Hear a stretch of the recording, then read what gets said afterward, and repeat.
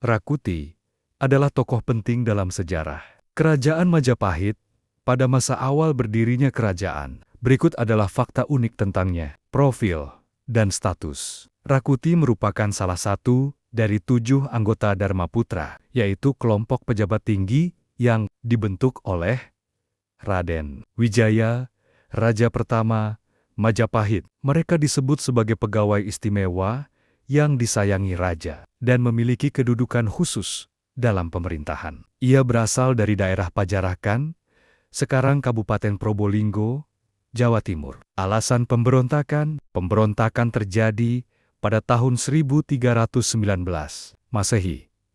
Selama pemerintahan Raja Jayanegara, Raja kedua Majapahit, beberapa sumber menyebutkan bahwa Rakuti merasa tidak puas karena melihat Jayanegara sebagai raja yang lemah, mudah dipengaruhi, dan dianggap telah mengotori kebesaran kerajaan. Ada juga versi yang menyatakan bahwa ia ingin membalas dendam karena istrinya menjadi korban birahi sang raja dan menyebabkan kerusakan rumah tangganya. Peristiwa pemberontakan, Rakuti dan sekutunya berhasil menguasai istana dan mengusir Jayanegara, bahkan memproklamirkan diri sebagai raja. Namun, kekuasaannya hanya berlangsung beberapa hari karena ditentang rakyat dan sebagian pendukungnya, terutama karena ia berasal dari kasta Sudra yang dianggap tidak layak memimpin menurut sistem kasta Hindu.